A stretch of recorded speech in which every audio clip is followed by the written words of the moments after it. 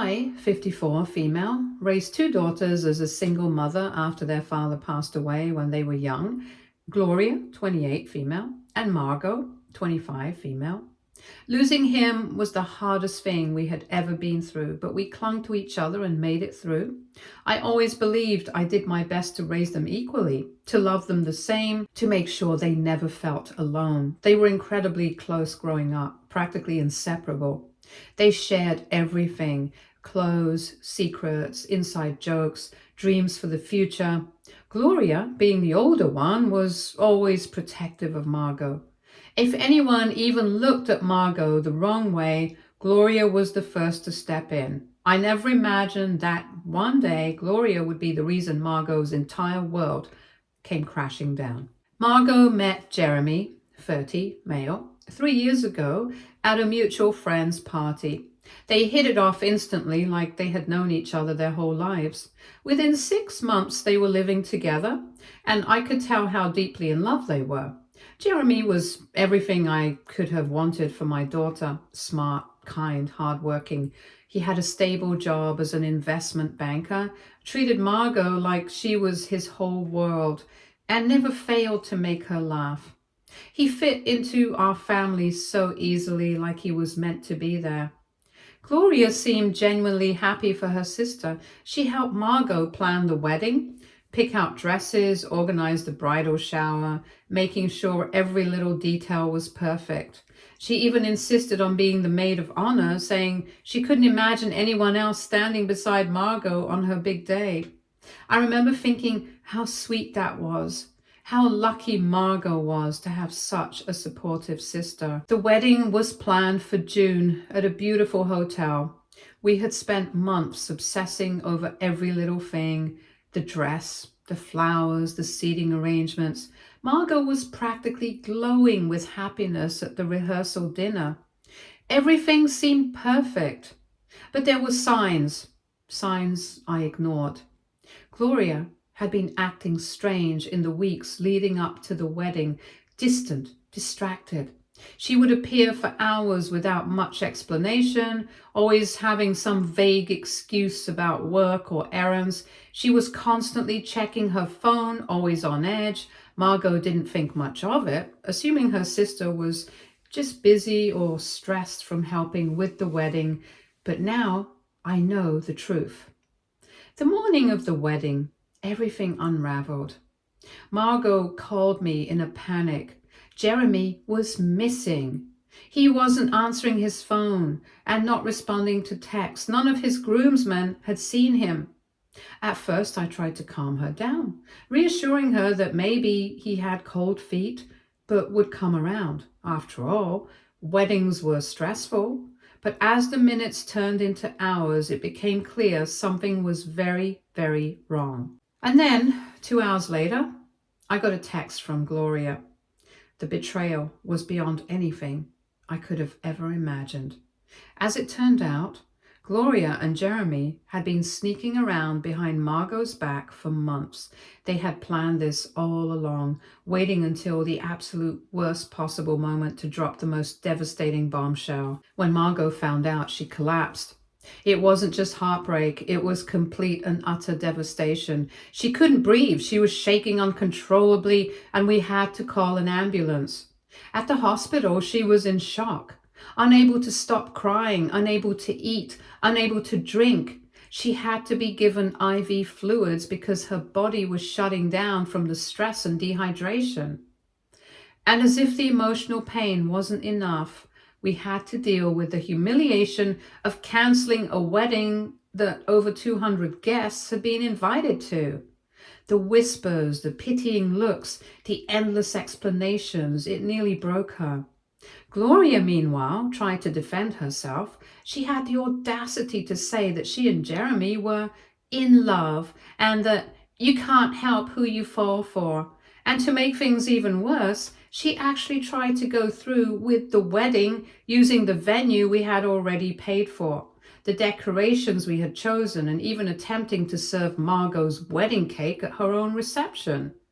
The only reason that didn't happen was because I had it removed before she got there. That was it for me. That was the moment I knew I could never forgive her. In the weeks that followed, Gloria reached out multiple times. She sent long-winded emails filled with excuses and justifications, talking about how happy she and Jeremy were, how they were meant to be, and how we should all just move on and be happy for them. As if forgetting and forgiving something like this was as simple as flipping a switch. She even attached pictures from their honeymoon, smiling selfies on the beach, fancy dinners, luxurious hotel rooms like nothing had happened, as if this was some fairy tale romance instead of the destruction of her own sister's life. Every time I saw her name pop up on my phone, I felt sick. I couldn't help but picture Margot in that hospital bed, barely able to function from the sheer weight of betrayal. Then, exactly 32 days after their courthouse wedding, Gloria showed up at my doorstep in tears. Jeremy had dumped her. Apparently, while they were on their honeymoon in Bali, he met a wealthy divorcee who caught his interest. And just like that, Gloria was no longer what he wanted. He filed for an annulment, citing fraud, which, in an ironic twist, suited him perfectly considering what they had done to Margot, and left her with absolutely nothing. Because their marriage had been so short, she had no legal claim to any of his assets. He had already moved on without a second thought, and suddenly Gloria had nowhere to go. She stood there on my porch, mascara streaked down her face, shoulders shaking, begging me to let her come home. She had quit her teaching job to be with Jeremy, throwing away her career for a relationship built on lies, and now she had nothing. No husband, no home, no job, no friends. Everyone had cut her off after what she did to Margot. She was completely alone. I looked at her, really looked at her, and realized that I didn't recognize the person standing in front of me. This wasn't the daughter I had raised. The daughter I raised knew right from wrong. She understood loyalty, kindness, and love. But the person in front of me, this was someone who had burned every bridge she had for the sake of selfishness. This was someone who had destroyed her own sister's life without a second thought, and now that the consequences had caught up with her, she was looking to me for salvation. I took a deep breath and told her the hardest words I've ever had to say. I only have one daughter, and she's across town trying to rebuild the life you shattered. Then I closed the door. It was the hardest thing I have ever done, but I knew in my heart it was the only choice I had. Actions have consequences, and Gloria had made hers. Ever since that day, my phone has been flooded with messages and calls from family members who think I'm being too harsh. They say she's still my daughter, that no matter what she did, family is family. They tell me I should forgive her, that I shouldn't abandon her in her lowest moment. And I'll admit, sometimes late at night when the house is quiet and my thoughts get too loud, I wonder if they're right. Did I fail as a mother? Should I have seen this coming? Was there something I could have done to prevent this?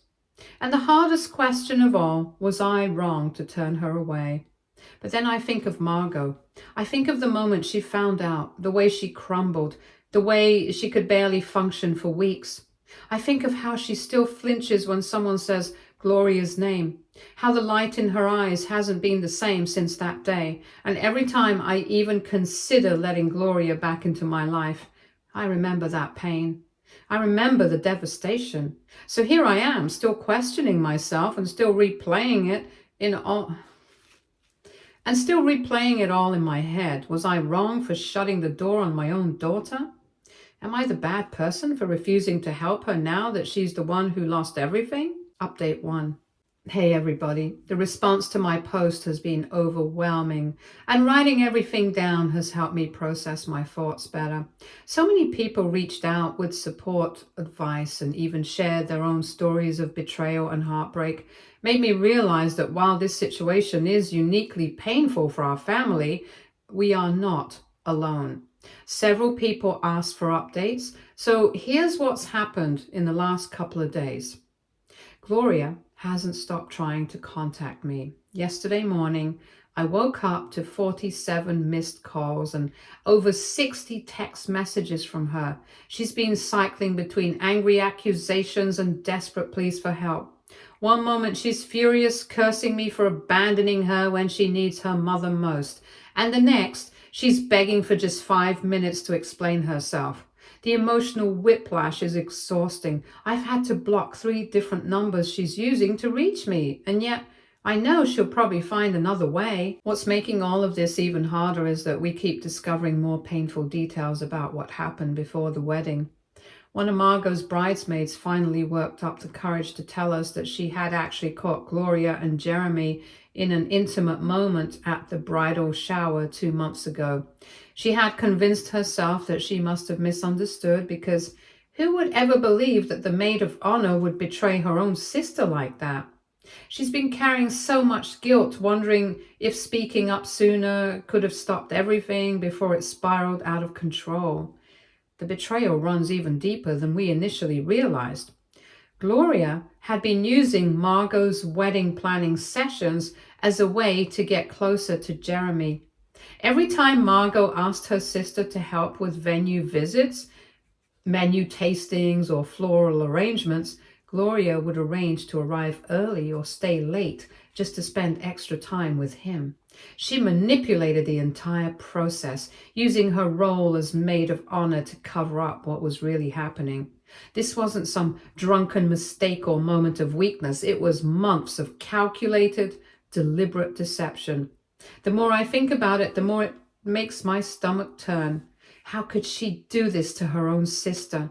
How could she look Margot in the eye, help her pick out a wedding dress, plan her dream day, all while knowing she was secretly tearing her life apart? And if that wasn't painful enough, Margot found Jeremy's wedding vows in her apartment yesterday, the ones he was supposed to read to her on their big day. Reading them now, knowing everything we know, was like pouring salt into an already gaping wound. The promises of loyalty, honesty, lifelong devotion were all lies. Margot fell apart. She called in sick to work, unable to face the world. She spent the entire day in bed, alternating between sobbing uncontrollably and just staring blankly at the wall. It broke my heart to see her like that. I stayed with her the whole time, sitting on the edge of her bed, rubbing her back, trying to remind her that she's not alone, that she will get through this. But how do you comfort your child when their pain is this deep, this raw?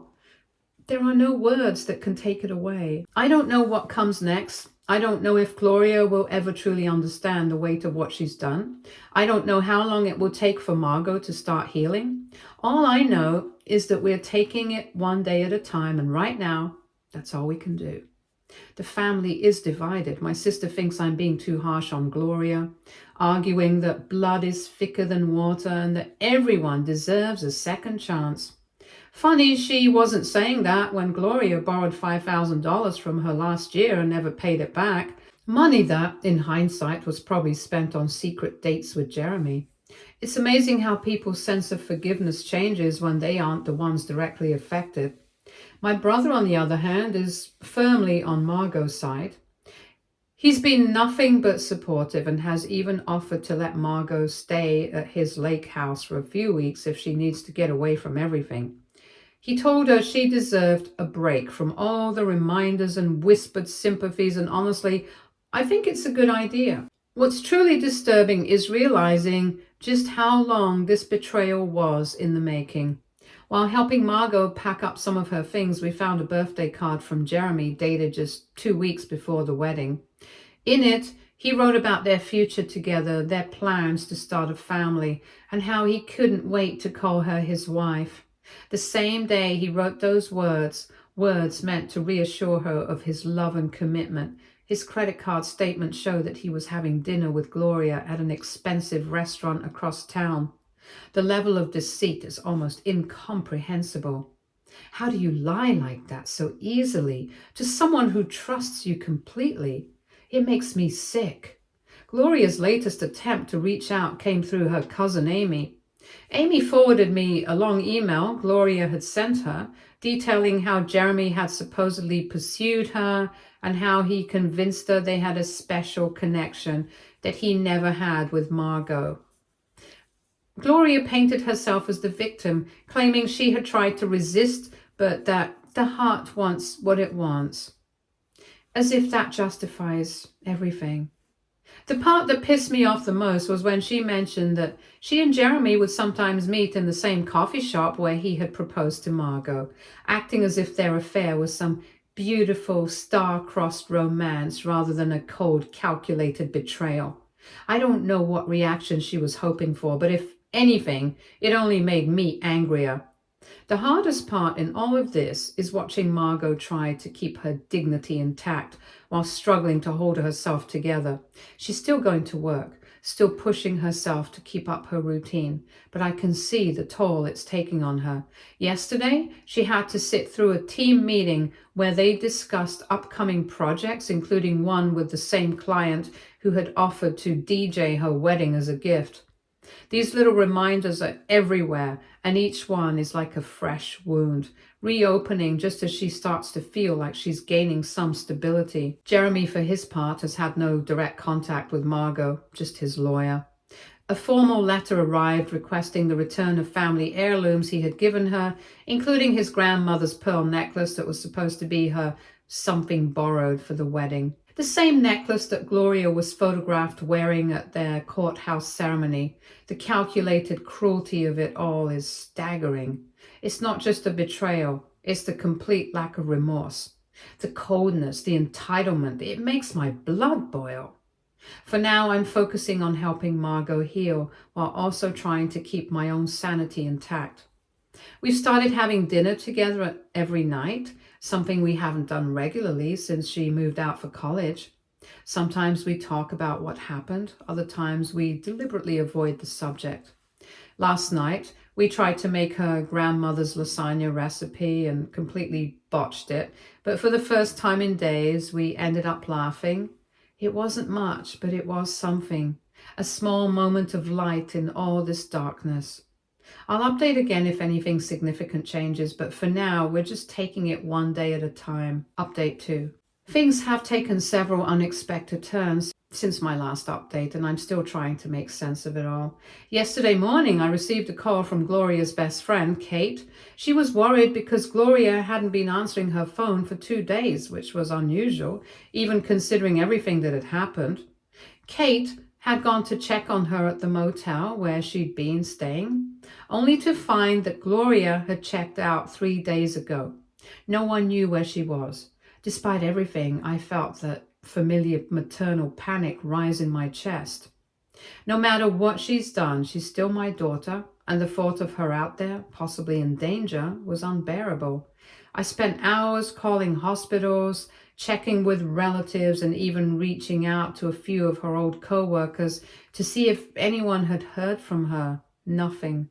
Finally, just before midnight, my phone rang with a number I didn't recognize. It was Gloria, calling from a payphone at a bus station 3 states away. She was drunk, crying, and barely coherent, but I managed to piece together what had happened. Apparently, Jeremy hadn't just dumped her. He had completely wiped out their joint bank account before filing for an annulment, leaving her with absolutely nothing. Her credit cards were maxed out, she was drowning in debt, and the life she thought she was building with him had crumbled in an instant. And as if that wasn't bad enough, the wealthy woman he left her for wasn't just another girlfriend. She was his boss's daughter. It turns out he had been cultivating that relationship long before Gloria even came into the picture. The layers of betrayal just keep unfolding, and the more we learn, the more sickening it all becomes. For the past 3 days, Gloria has been sleeping in her car, too ashamed and embarrassed to tell anyone what happened. She had been driving aimlessly, using what little money she had left on gas and alcohol, trying to escape the crushing reality of her situation. When she ran out of both, she ended up at that bus station with nowhere else to go. As much as I wanted to stay firm in my stance, I couldn't leave her stranded there in that state. No mother could. I called my brother, who lives closer to that area, and he agreed to pick her up and let her stay in his guest room for a few days while she figured out her next steps. The irony of Jeremy's pattern of betrayal isn't lost on anyone. He betrayed Margot with Gloria and then turned around and betrayed Gloria in almost the exact same way.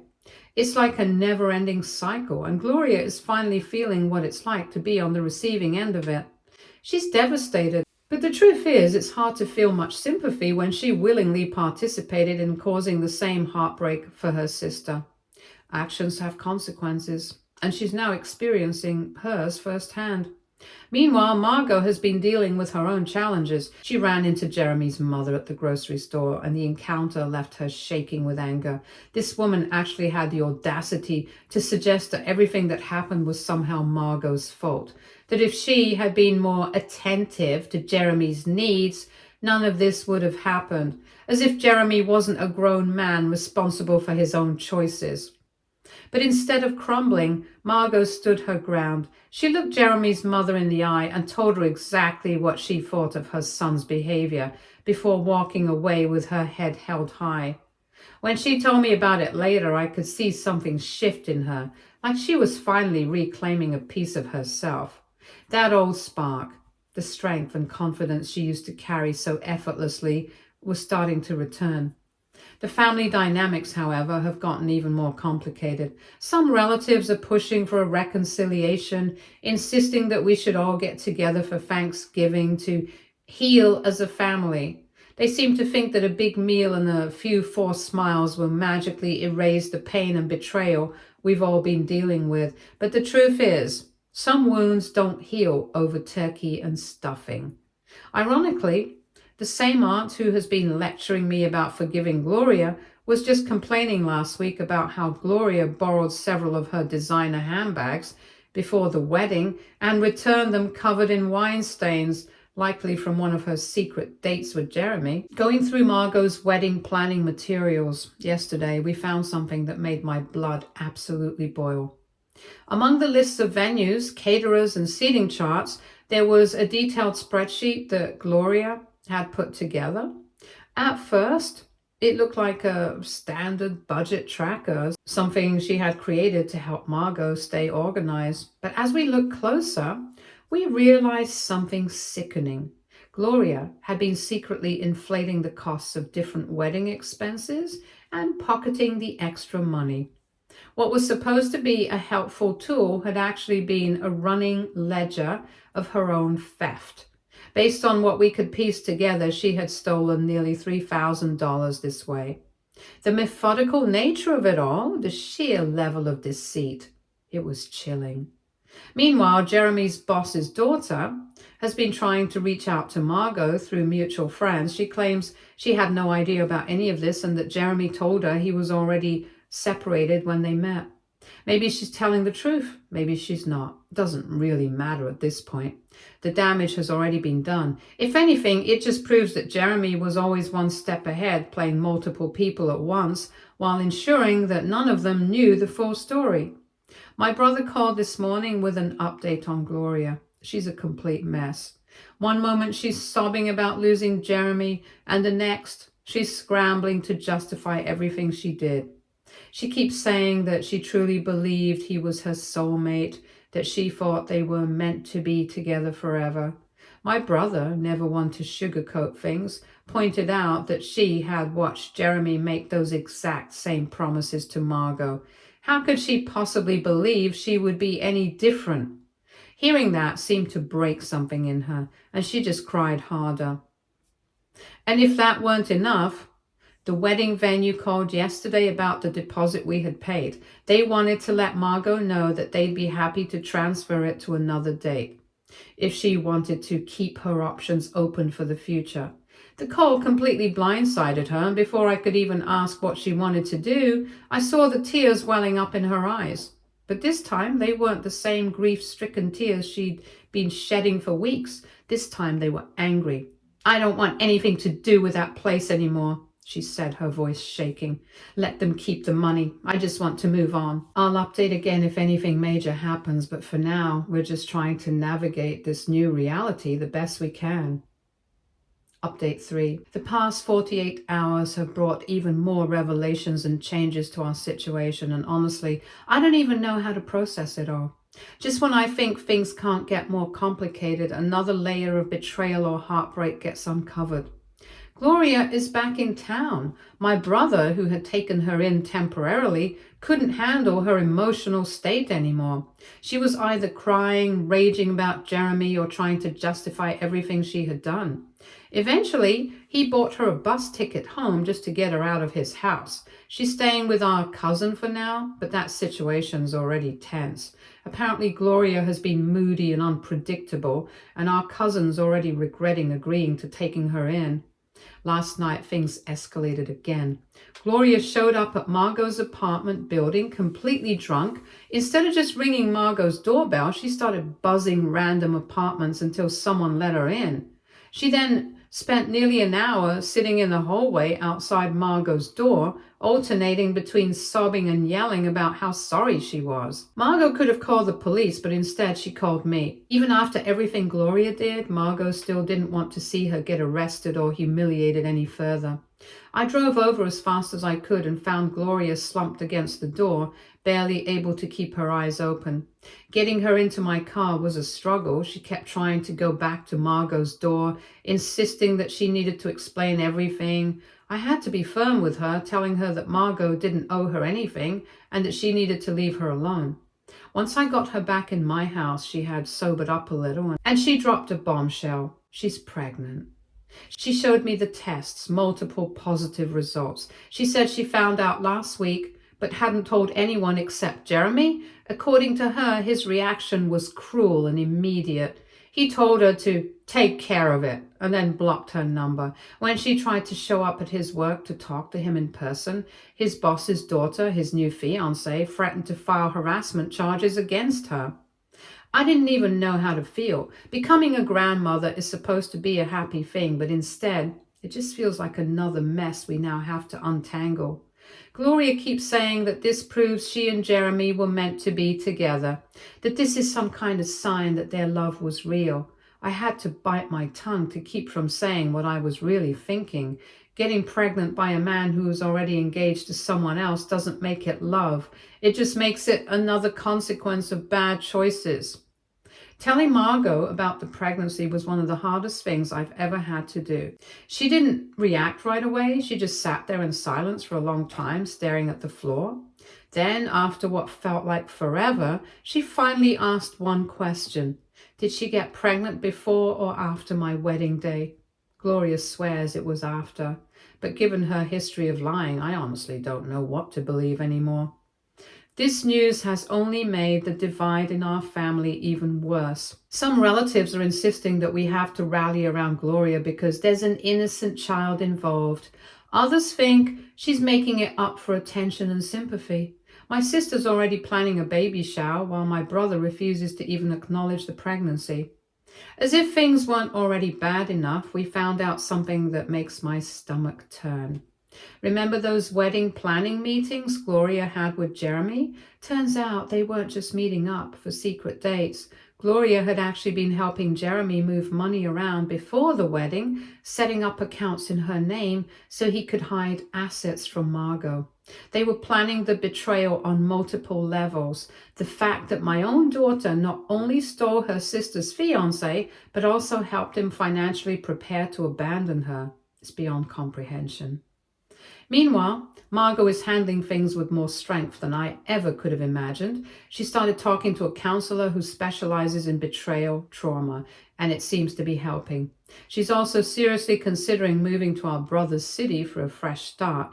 I don't want her to go. I selfishly want her to stay close so I can keep an eye on her, but I understand her need to get away from the constant reminders of what happened. And then there's Jeremy. I just found out he's already engaged to his boss's daughter. 3 months ago, he was supposedly head over heels in love with Gloria, and before that, he was planning a wedding with Margot. Now he's planning another wedding just like that. The speed at which he moves from one woman to the next is honestly terrifying. Margot took this matter into her own hands, tracked down the boss's daughter's social media, and then texted her about all the damage that her fiance had caused. Now the ball's in their court, what they can do with the information. Gloria is still at my house for now, but I've made it clear this is not a permanent arrangement. I want to make sure she's taking care of herself and the baby, assuming the pregnancy is real. She's still an emotional wreck, barely eating, crying constantly, clinging to the fantasy that Jeremy will come back once he realizes what they had was real. She doesn't seem to understand that she was never special to him. She was just another stepping stone in his pattern of using and discarding people. The next few months are going to be difficult. If Gloria really is pregnant, we'll have to figure out what role, if any, I'm going to play in that child's life. Margot has another interview for the job in our brother's city, and if she gets it, she'll likely be moving soon. And I'm trying to navigate this impossible situation, being there for Margot, who's still healing, while also trying to figure out what to do about Gloria's pregnancy. The entire experience has taught me that sometimes there are no clear right answers. Every choice feels wrong in some way. Do I offer Gloria support because she's pregnant despite everything she's done? Do I continue to keep her at arm's length because of the pain she caused Margot? Do I encourage Margot to leave and start fresh, even though the thought of her moving away breaks my heart? For now, I'm just taking it one day at a time. Gloria has an OB/GYN appointment next week to confirm the pregnancy. And Margot has her second job interview. And me? I'm just trying to hold what's left of my family together while accepting that things will never be the same as they were before. This will be my final update. I need to focus on healing and figuring out what our new normal is going to look like, whatever that might be. Stay tuned for more stories from Our Girl Relationships.